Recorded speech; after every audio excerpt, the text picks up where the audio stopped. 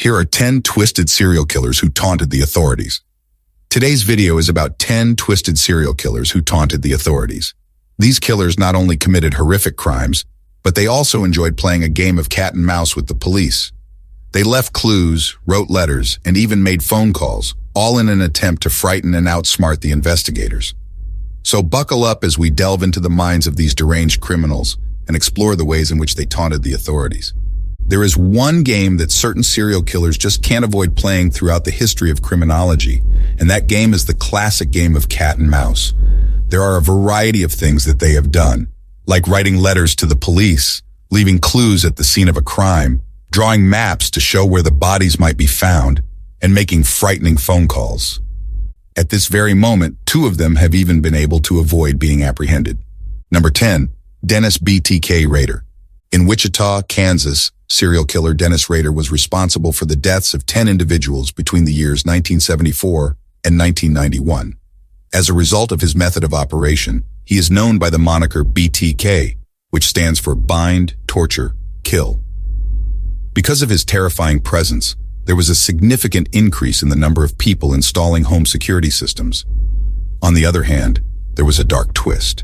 Between the years 1974 and 1988, Rader was the one who was responsible for installing alarms for a security business. While he was taunting the authorities with letters that stated, "Good luck hunting," Rader was able to evade capture for approximately 30 years. Additionally, he provided a precise description of the positions in which the bodies had been left at each of the murder scenes. After a floppy disk that Rader had delivered to a local television station was swiftly tracked back to a computer that he had used at his church, Rader was taken into custody in the year 2005. One day, the BTK killer was apprehended, and he is currently serving his sentence of life in jail in a maximum security prison in the state of Kansas. Number 9, the Zodiac Killer. In Northern California, between the months of December 1968 and October 1969, a serial killer who has not been identified as the Zodiac Killer was responsible for the deaths of 5 confirmed victims. As a result of the killer sending encrypted messages to the media after each murder, the investigations were extremely frustrating for the cops. According to one of the ciphers, "This is the Zodiac speaking. And by the way, have you deciphered the most recent cipher that I sent to you?" Despite the fact that the code was followed by a string of letters and symbols, the phrase, "My name is," has never been deciphered. I enjoy killing people because it is so much fun. It is even more fun than killing wild game in the forest because man is the most dangerous animal of all to kill, read another letter. It is more fun than killing wild game in the forest. In addition, the Zodiac revealed information about the killings that would have been known to the actual perpetrator, and it cautioned that the victims who had been killed in the past would not be the last. Mark Hewitt, an author who has written books about the murderer, has stated that the Zodiac case is the #1 unsolved American criminal mystery. In essence, it is the Jack the Ripper of the United States. I believe that more individuals are looking at this issue than any other case that has been investigated. Number 8, David, Son of Sam Berkowitz. Between 1976 and 1977, David Berkowitz, a serial murderer, was responsible for the deaths of 6 persons in New York City. As the son of Sam, he asserted that the murders were carried out by the dog that belonged to his neighbor. Every single one of the random attacks that took place throughout the city was carried out using a revolver of .44 caliber. Timothy J. Dowd, an officer of the New York Police Department, was a member of the homicide squad that was entrusted with apprehending the murderer. After receiving a scary letter from Berkowitz, Dowd received a letter that threatened his daughter Melissa, who was of adolescent age. Melissa recalled in a recent documentary titled Son of Carrie, Son of Sam, "I don't think I was mature enough to realize how frightening it was at the time, but I came home and they had installed an active police radio in the dining room, and a radio police car circled our block periodically from that point forward." Melissa was referring to the fact that she had not yet reached the age of maturity when she experienced the terrifying event.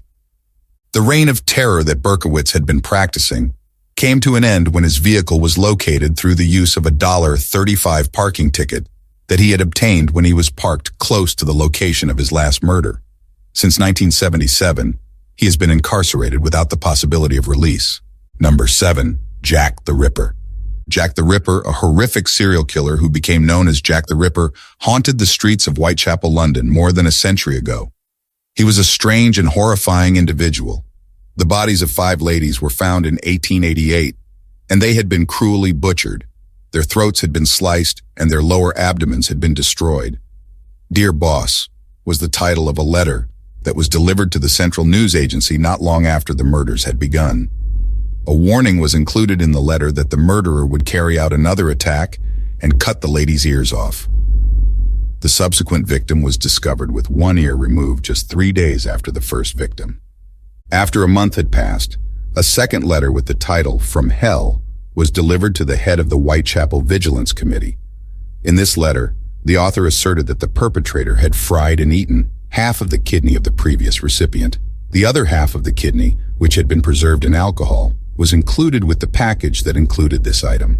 The case of Jack the Ripper remains one of the most renowned unsolved serial killings in London, despite the fact that Scotland Yard conducted a comprehensive inquiry into the matter. Number 6, William, also known as the lipstick killer, the Aarons. During the years 1945 and 1946, 3 ladies were brutally killed in the city of Chicago. The perpetrator of the crime used the lipstick of one of the victims to scribble on the walls of her private residence, "Catch me, for the love of God, before I kill any more people because I have no control over myself." He was referred to as the lipstick killer by the media, and the authorities made an effort to locate him before he committed another murder. His last victim was a young girl named Suzanne Degnan, who was taken from her house when she was just 6 years old. The fragments of her body were found in various locations throughout the Edgewater area. A message that was left behind demanded $20,000 and warned the recipient not to get in touch with the FBI. William Hearns, who was 17 years old at the time of the murder, was finally taken into custody 6 months after the crime was committed when someone saw him breaking into an apartment. He was identified as the lipstick killer by the prosecution, who stated that they had fingerprints and handwriting analysis to establish their case. In exchange for a guilty plea, Hearns was spared the death penalty. Nonetheless, the young teen claimed that he was assaulted and administered truth serum while he was in the custody of the police. The remainder of Hearns' life was spent incarcerated in prison. In 2012, he passed away. Number 5, the person who kills happy faces. In the early 1990s, Keith Hunter Jesperson was responsible for the deaths of 8 different women over the course of 5 years. It was possible for the deranged serial killer to travel across the country as a cold-blooded killer because he worked as a truck driver for an interstate trucking company. On the other hand, he became dissatisfied with the lack of attention that was being paid to the murders, and he started making fun of the police through the local news outlet. Jesperson began writing letters to the Oregonian in which he filled in the details of his killings and signed each letter with a cheerful face and a smile. In addition, there were grinning faces that were left behind near the location of the murders, as well as graffiti on the walls of truck stops that he had visited beforehand. Despite being referred to as the happy face killer, he was able to evade capture and maintain his anonymity until the year 1995. He was finally able to put an end to his reign of terror when his long-term partner was able to provide proof to the authorities. It was verified that Jesperson was responsible for the deaths of 8 women in the states of California, Florida, Nebraska, Oregon, Washington, and Wyoming at the time of his confession. Behind jail, he asserted that the actual number of victims was somewhere around 185. Number 4, the Axeman of New Orleans. The Axeman of New Orleans was responsible for the deaths of 6 persons and the severe injuries of 6 others between the years 1918 and 1919. An Italian grocery shop proprietor and his wife were the first victims. They were discovered in bed at home with their throats cut and skulls battered in with an axe. The corpses were found in their rooms. In addition, the victims who came after were discovered in bed, and none of their important possessions were taken.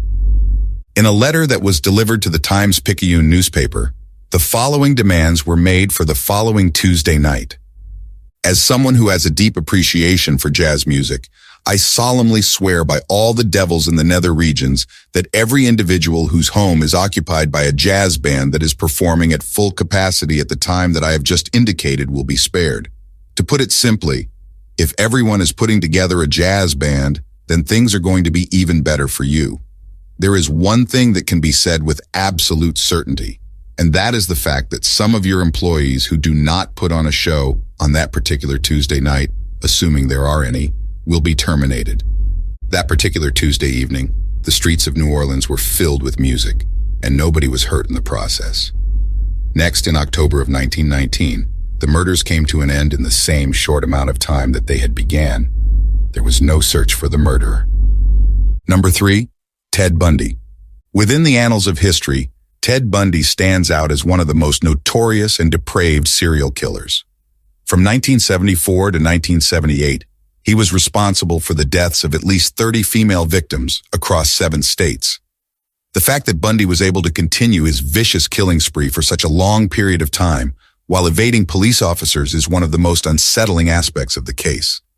After discovering a hatchet hidden beneath the front seat of Bundy's Volkswagen Beetle, Bundy's longtime girlfriend Elizabeth Klupfer reported her suspicions to the authorities.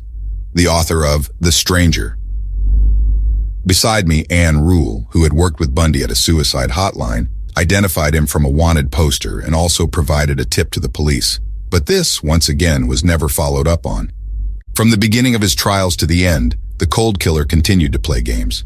When Bundy was allowed to act as his own attorney, he was given the opportunity to cross-examine the cops who had arrested him and to punch holes in their investigations.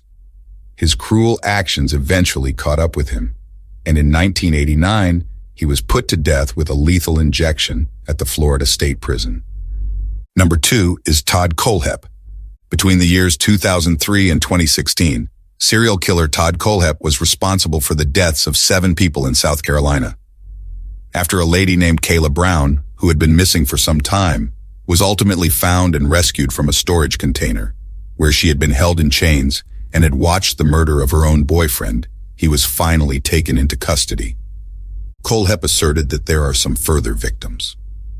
A letter that he addressed to the Spartanburg Herald Journal was 8 pages long and contained the following statement: "Yes, there is more than 7.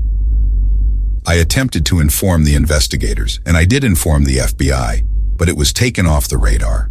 An additional statement that he made was, "At this point, I really don't see any reason to give numbers or locations."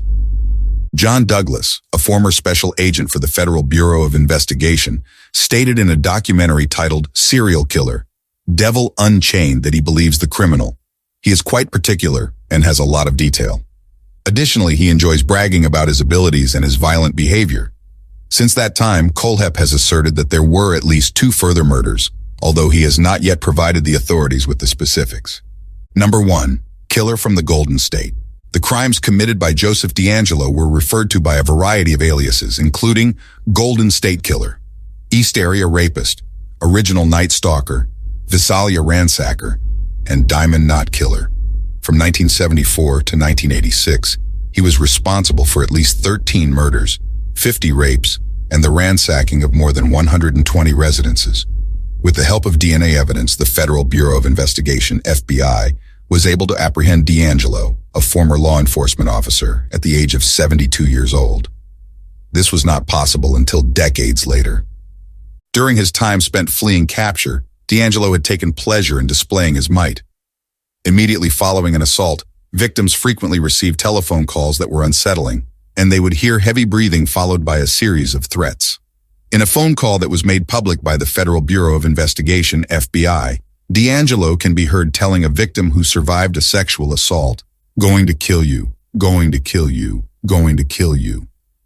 He also called the Sacramento County Sheriff's Office in 1977 and told them, "I'm the East Side rapist, and I have my next victim already stalked, and you guys can't catch me." The killer was referring to the fact that he had already been stalking his next victim. In 2018, the news of his arrest brought a surge of relief to those who had survived, those who had been victims, and the authorities. All right, that's it for today's video on 10 twisted serial killers who taunted the authorities. These cases are chilling reminders of the darkness that can exist in the world, but they also serve as a testament to the perseverance of law enforcement officers who work tirelessly to bring these criminals to justice. If you enjoyed this video, please give it a thumbs up and subscribe to my channel for more true crime content. And as always, stay safe out there.